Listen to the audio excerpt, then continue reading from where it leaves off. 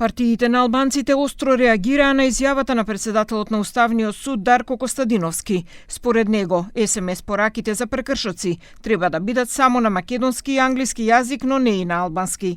Подпредседателот на ДУИ Арбër Ademi побара негова итна оставка.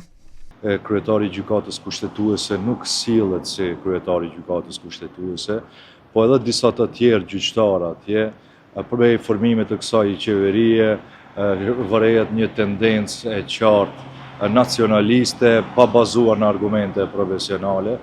Deklarata e tij e djeshme është vetëm shpërfaqe të asaj tendence që e ka formalizuar në shumë vendime të tjera, me çka ka rënuar marrëdhënien drejtnike në vend.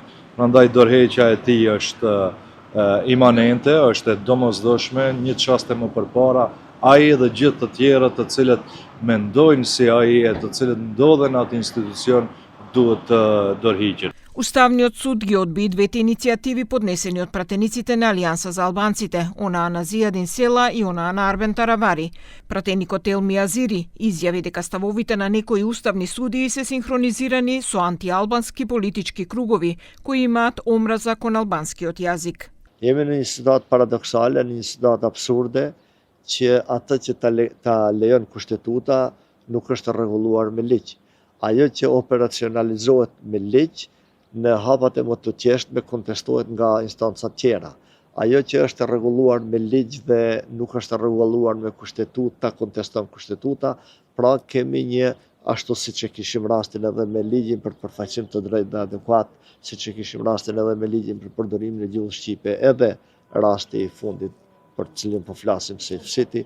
Pra kemi një fatkeqësisht një shprehje e një gatishmërie për ta rikthy, për ta restauruar mendsinë e ndërtimit të shtetit të fillim të viteve të pluralizmit, fillim të viteve të 90-ta. Од Влен вела дека изјавите на Костадиновски се ниски и дополнително ја рушат довербата во правосудниот систем во земјата. Шефот на пратеничката група на Влен, Беким Ќоку, изјави дека Костадиновски дал шовинистички изјави кои не биле за заштита на уставот, туку за уште повеќе да се продлабоча законските прекршувања што се прават кон албанците и нивниот мајчин јазик.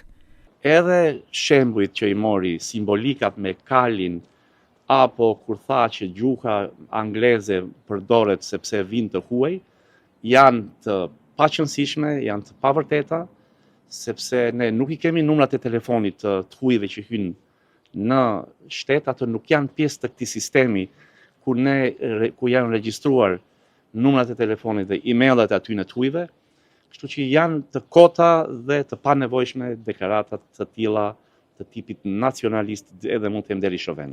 Отфрлените иницијативи поднесени од Алијанса за албанците на Села и на Таравари го покрена не само прашањето за јазикот, туку и прашањето за селективната територијална примена на овој закон само во градовите Скопје, Тетово и Куманово. Минатата година пратениците од ДУИ покрена интерпелација за разрешување на Костадиновски од функцијата председател на Уставниот суд, но таа не беше поддржана од ВМРО-ДПМН, Влен и Знам, ниту беше ставена на дневен ред на 59-та седница.